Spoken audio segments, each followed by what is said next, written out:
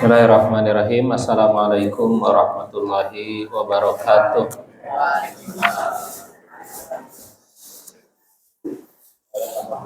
Alhamdulillahirabbil alamin.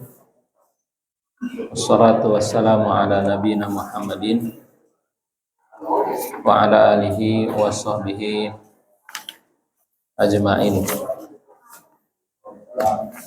Amma ba'du.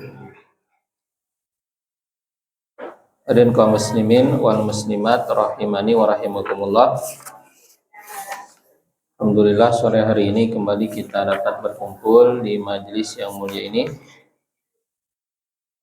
Insyaallah kita akan kembali melanjutkan pembahasan kita atas kitab Syarah Al-Urjuzah Al-Mi'iyah karya Al-Imam Ibnu Abil Iz rahimahullah. Nah, setelah kita membahas tentang hari kelahiran Rasulullah Shallallahu Alaihi Wasallam, kemudian juga kita membahas tentang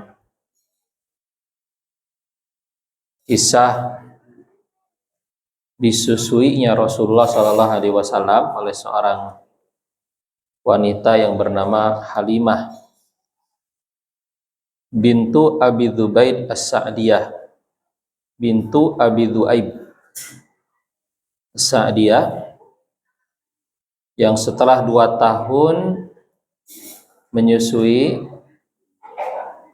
kemudian datang kepada ibunda Rasulullah SAW dan meminta untuk dibawa lagi.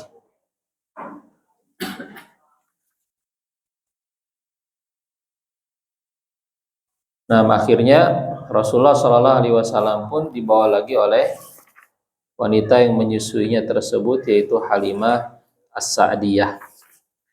Nah, kemudian qala an-nazimu rahimahullah fa ba'da syahrainin shiqaqu batnihi wa qila ba'da arba'in min sinnihi.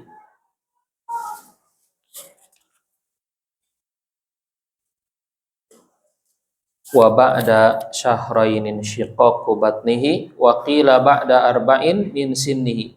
Dan setelah 2 bulan setelah itu, setelah Rasulullah Sallallahu Alaihi Wasallam dibawa lagi oleh Halimah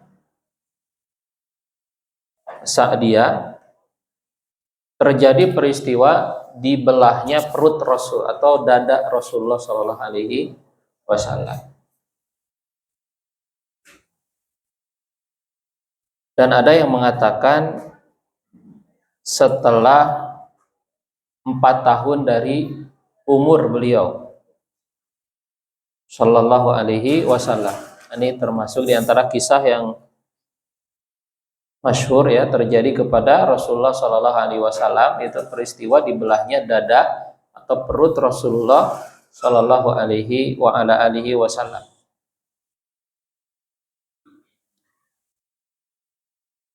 Nah, qala syarihu hafizahullah dzakarahuna rahimahullah haditsatan syiqaqi sadrin Nabi Sallallahu Alaihi Wasallam fil marratil ula. Penulis di sini menyebutkan tentang peristiwa dibelahnya dada Nabi Sallallahu Alaihi Wasallam untuk pertama kali. Karena sebagaimana nanti akan disebutkan, peristiwa dibelahnya dada Rasul itu ada beberapa kali. Wa anadzalika kana ba'da syahraini min ruju'i Halimata bihi min 'indi ummihi. Dan itu terjadi setelah 2 bulan dari kembalinya Halimah bersama dengan beliau dari sisi ibunya. Nah, jadi pada usia masih sangat kecil berarti ya, masih ya terhitung bayi ya. Karena baru 2 tahun, sekitar 2 tahun berarti. Wa qila inna dzalika kana ba'da atamma 4 sanawatin min umrihi. Nah, dalam pendapat yang lain dikatakan bahwa peristiwa itu terjadi setelah 4 tahun. Rawa Ibnu Ishaq an nafarin min ashabi Rasulillah sallallahu alaihi wasallam qala. Nah, Ibnu Ishaq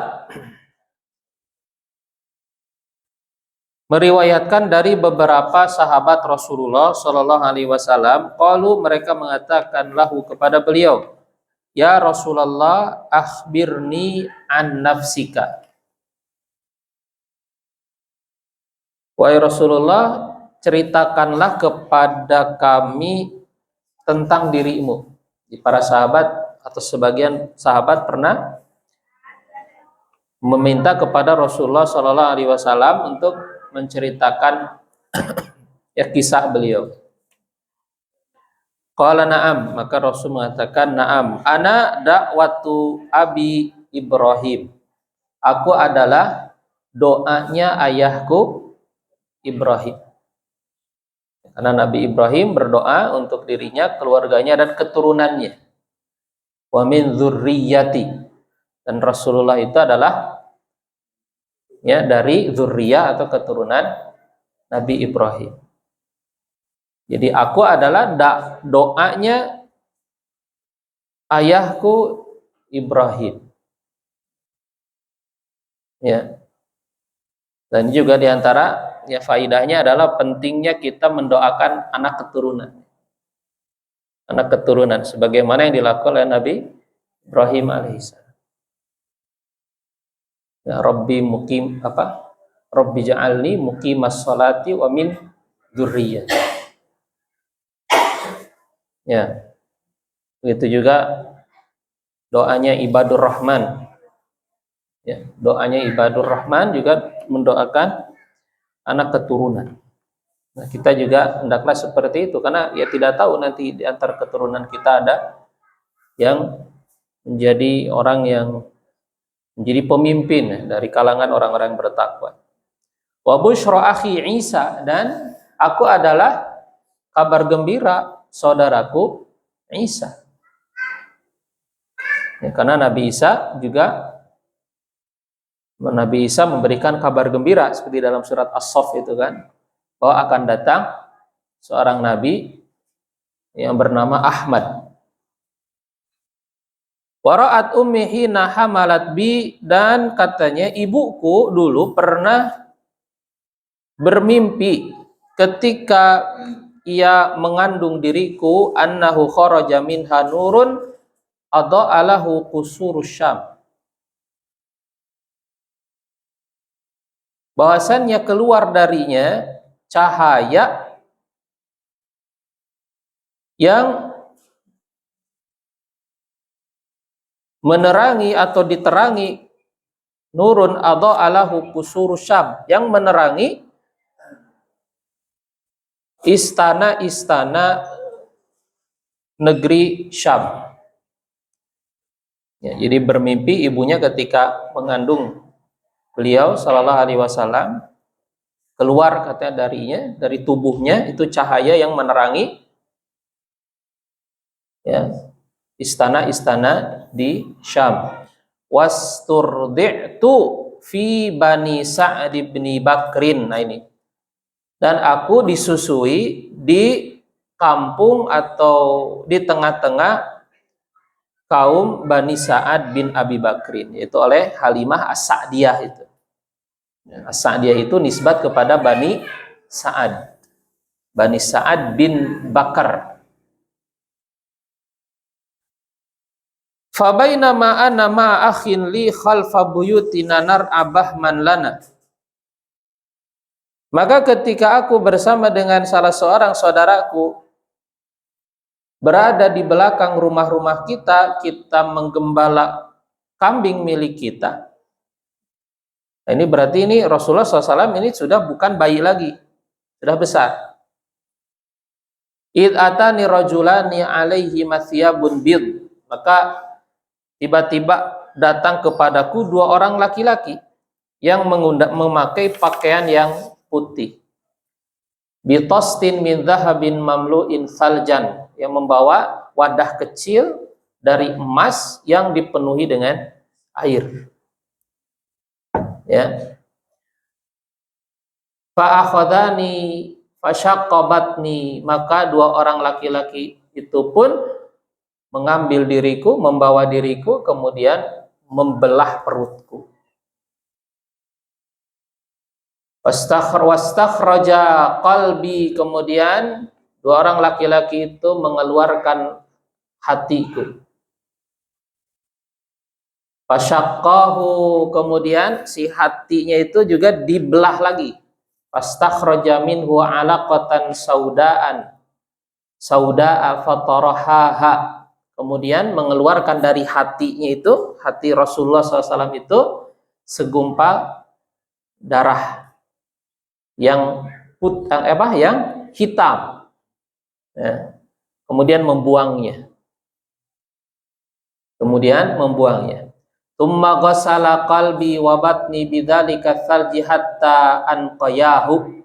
Kemudian dua orang laki-laki itu pun mencuci hatiku dan perutku dengan air tersebut sampai membersihkannya. Tsumma qala ahaduhuma li sahibih, kemudian salah seorang yang mengatakan kepada yang lainnya, zinhu bi asyratin min ummatihi fawazanani bihim fawazantuhum. Timbanglah, katanya, dia dengan 10 orang dari umatnya. Maka laki-laki itu yang tidak lain adalah malaikat, ya, menimbangku dengan umatku, dengan 10 orang umatku, maka aku pun mengimbangi mereka. Tumakal, kemudian ia mengatakan lagi, zinhu bimi'atin min ummati, timbang dia dengan 100 orang dari umatnya. Fawazanani bihim fawazantuhum, maka ia pun menimbangku dengan mereka 100 orang dari umatku, maka aku pun mengimbangi mereka. Tumakal, kemudian berkata lagi, zinhu bi alfin min ummatihi fawazanani bihim fawazantuhum, timbang, katanya, dengan 1000 orang dari umatnya, maka ia pun menimbangku dengan mereka dan aku pun mengimbangi mereka. Faqal da'hu anka, kemudian temannya mengatakan, sudah, katanya, tinggalkan. Ya.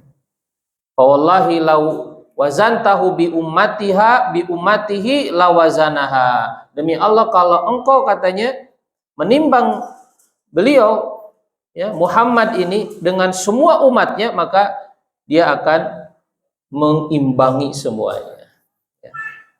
Nah, wallahu alam, nih kaifiat menimbangnya seperti apa, ya, ini perkara yang gaib yang tidak bisa kita ketahui secara rinci.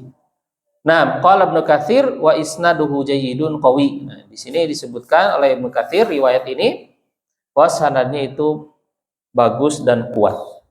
Nah, riwayat ini menunjukkan bahwa peristiwa dibelahnya dada Rasulullah Shallallahu Alaihi Wasallam untuk kemudian diambil hatinya, lalu hatinya itu dibersihkan tadi, ya, itu ketika Rasulullah Shallallahu Alaihi Wasallam sudah cukup besar, berarti, karena dikatakan di sini sedang bermain-main atau sedang menggembala kambing dengan salah seorang saudaranya, saudara laki-laki. Wa yashhadu lahu ma fi sahih Muslimin an Anas bin Malikin, dan ini juga dikuatkan dengan atau menguatkan kepadanya riwayat di Sahih Muslim dari Anas bin Malik, anna Rasulullah sallallahu alaihi wasallam atahu Jibril alaihi salam. Ya, nah ini Sahih Muslim nih dari Anas bin Malik, bahwa datang kepada Rasulullah sallallahu alaihi wasallam malaikat Jibril, wa huwa yal'abu ma'al ghilman, dan Rasul ketika itu sedang bermain-main dengan anak-anak, ya, dengan anak-anak yang, ya, seumurannya. Fa'akhadahu fasora'ahu, katanya. Kemudian malaikat Jibril itu membawanya, ya, fasora'ahu, kemudian membaringkannya. Fasyaqqa an qalbihi fastakhrajal qalba, kemudian membelah tadi, ya, dadanya untuk mengambil hatinya, lalu kemudian malaikat Jibril pun mengambil hatinya. Fastakhraja minhu 'alaqatan, kemudian dari hatinya itu dikeluarkan segumpal darah yang hitam, ya, atau di sini 'alaqatan saja. Kalau di riwayat yang sebelumnya alaqatan sauda, itu segumpal darah yang hitam. Kalau di sini disebutkan alaqah saja, segumpal darah. Faqal, kemudian malaikat Jibril mengatakan, hadza hadzu syaitan minka. Ini adalah bagiannya setan darimu. Ya, jadi bagian hati yang ini itu adalah bagiannya setan darimu. Tsumma ghasalahu fi tastin min dhahabin bima'in zamzam, bima'i zamzam. Nah, kemudian malaikat Jibril membasuh, mencuci hatinya itu di satu wadah yang terbuat dari emas dengan air zamzam. Nah, di sini disebutkan dengan air zamzam. Tsumma la'amahu, ya. Tsumma la'amahu, kemudian la'amahu membersihkannya atau menjadikannya bersinar. Tsumma a'adahu fi makani, kemudian malaikat Jibril mengembalikannya kepada tempatnya, mengembalikan hatinya itu kepada tempatnya. Wa ja'al gilman yas'auna ila ummihi yakni dhi'rah. Faqalu inna Muhammadan qad qutil, katanya. Maka teman-temannya itu, anak-anak itu, mereka pun berlarian kepada ibunya. Mereka berlarian kepada ibunya, ya, dengan tergesa-gesa. Sesungguhnya Muhammad, katanya, sudah dibunuh. Kan dibelek dadanya, ya. Gimana orang? Ya, kalau normal kan ya pasti mati. Nah, inna Muhammadan qad qutil. Fastaqbaluhu wa huwa munqani'ul laun.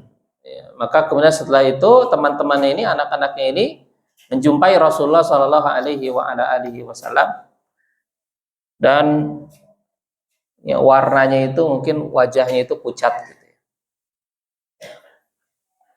Qala Anasun, kemudian Anas mengatakan, waqad kuntu ara athara dzalikal mikhyat fi sadrihi. Nah, Anas mengatakan, katanya, aku pernah melihat bekas jahitan di dada Rasulullah Shallallahu Alaihi Wasallam. Ya, di bekas jahitan yang ya dulu oleh malaikat Jibril dadanya itu dibelah itu. Salawatullahi wasalamuhu alaihi. Nah, ini Anas bin Malik.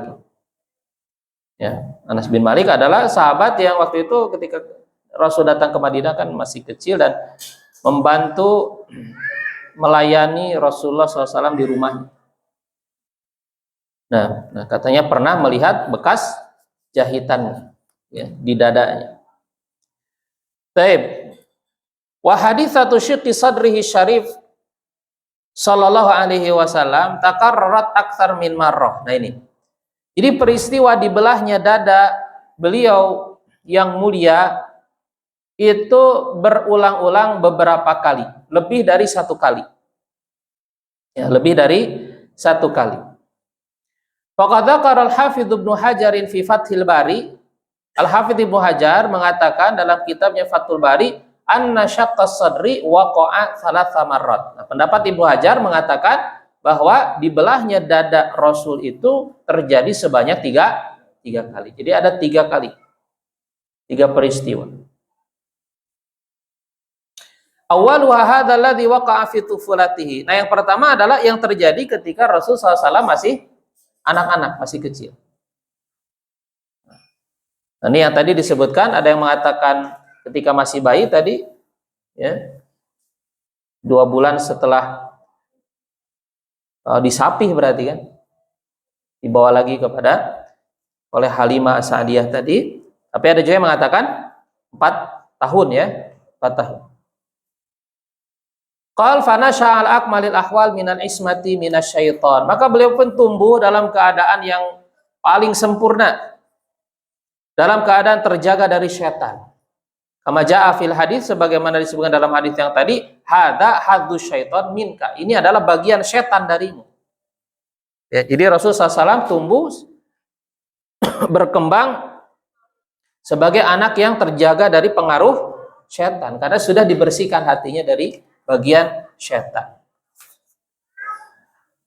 Ini yang pertama. Tsumma waqa'a syaqqus sadri indal ba'tsi ziyadatan fi ikramihi. Nah, kemudian terjadi lagi dibelahnya dada itu ketika beliau diutus menjadi nabi. sebagai tambahan bagi kemuliaan, bagi kemuliaannya. Liyaltaqiya ma yuha ilaihi biqalbin qawi fi akmalil ahwal minat tathir, supaya beliau sallallahu alaihi wasallam dapat menerima wahyu yang disampaikan kepadanya dengan hati yang kuat, dengan hati yang kuat, dengan hati yang sangat bersih, dengan hati yang sangat bersih. Ya. Karena wahyu itu adalah sesuatu yang berat, sesuatu yang berat. Inna sanulqi alaika qaulan tsaqila, kami akan memberikan kepadamu perkataan yang berat. Perkataan yang berat.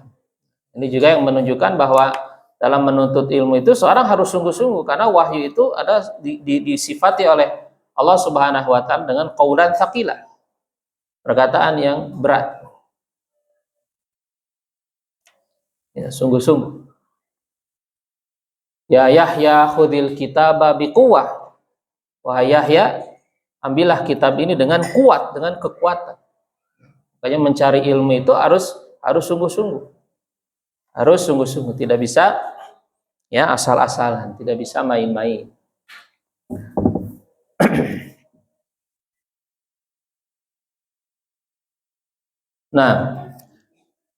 Nah ini peristiwa dibelahnya dada yang kedua ketika diutus itu.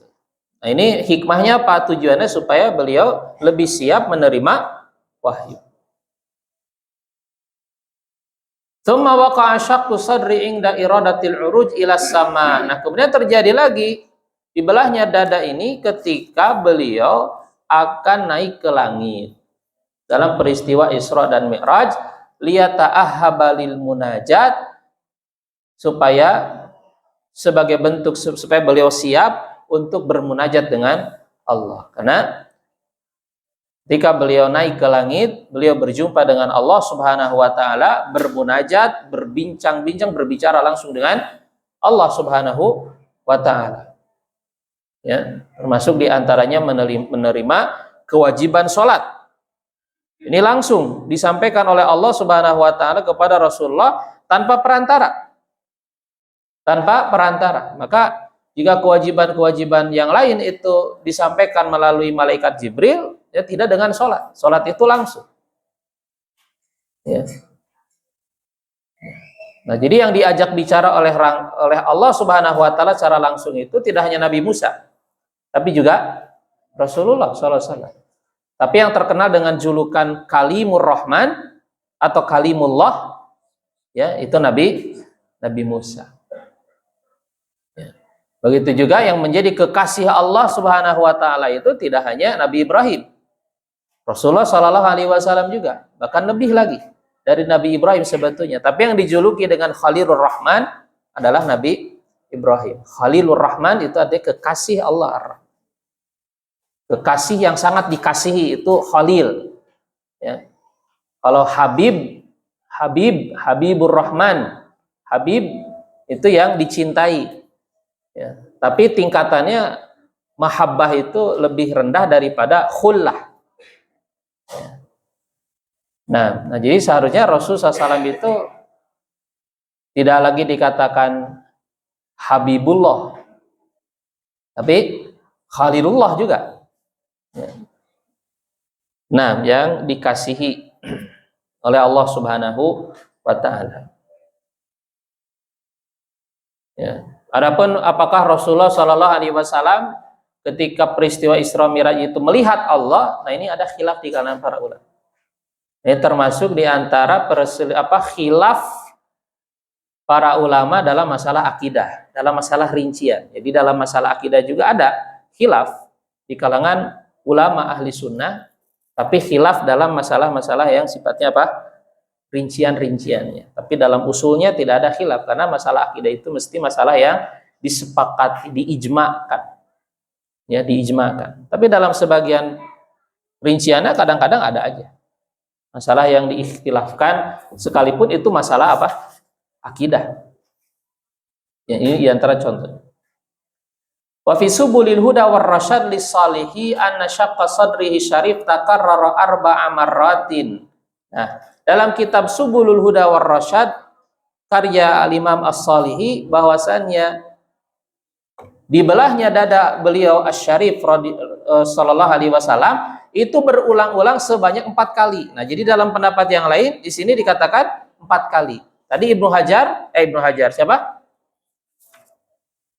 Betul ya, Ibnu Hajar ya. Nah, Ibnu Hajar mengatakan 3 kali.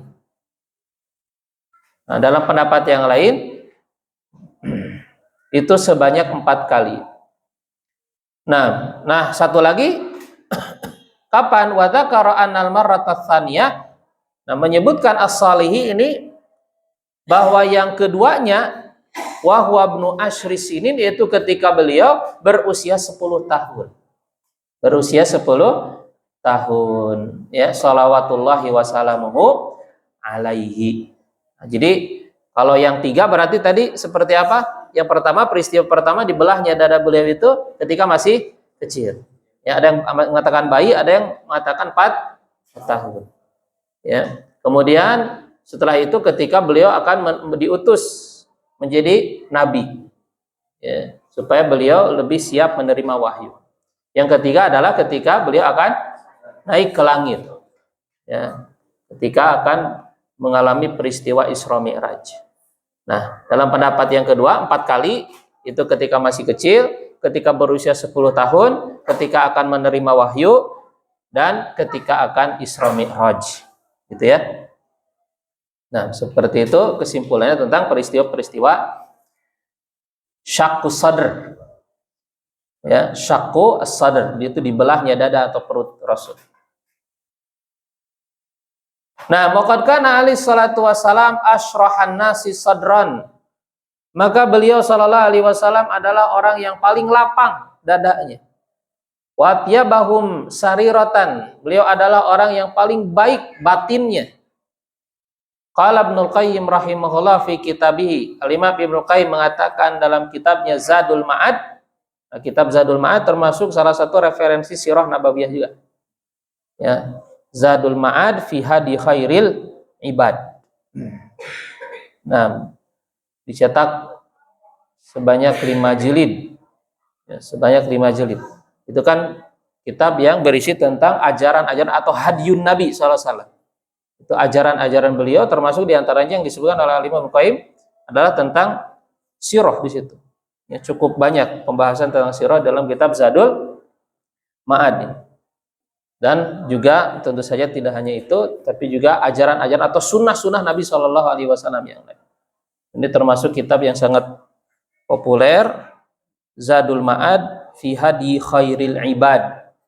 Ya, bekal menuju hari akhirat di dalam petunjuk ya sebaik-baik hamba, yaitu Rasulullah Sallallahu Alaihi Wasallam. Itu makna dari kitab Zadul Ma'ad. Jadi bekal untuk menghadapi akhirat itu adalah dengan kita memahami dan mengamalkan dan mengikuti apa yang diajarkan oleh Rasulullah Sallallahu Alaihi Wasallam. Ya, dan yang menarik dari kitab Zadul Ma'ad ini, Al-Imam Ibnu Qayyim menulis kitab Zadul Ma'ad ini ketika safar. Ketika safar dalam keadaan tidak memiliki referensi. Jadi benar-benar dari hafalannya. Ya. Benar-benar dari hafalan. Dan itu beliau ceritakan di muqaddimahnya. Ya. Orang zaman sekarang nggak bisa nulis buku tanpa referensi. Makanya orang kalau nulis sekarang muqaddimah itu mesti nanti terakhir. Muqaddimah itu mesti terakhir. Jadi setelah pembahasannya ditulis, baru muqaddimahnya bercerita buku ini tentang apa. Orang zaman dulu seperti Imam Muslim misalnya menulis kitab Sahih Muslim diawali dengan muqaddimah, ya itu muqaddimahnya duluan. Kenapa? Karena ilmunya sudah di sini semua gitu. Jadi apa yang akan dituliskan itu sudah di sini semua. Gitu. Makanya muqaddimahnya duluan. Orang zaman sekarang kalau nulis buku, nulis tesis, disertasi, ya yang nggak ada yang nulis muqaddimah dulu. untuk menceritakan isi dari buku itu apa. Ya. Nah, makanya kalau yang juga kuliah atau yang nulis itu skripsi atau apa, mesti mukadimah itu nanti terakhir. Baik.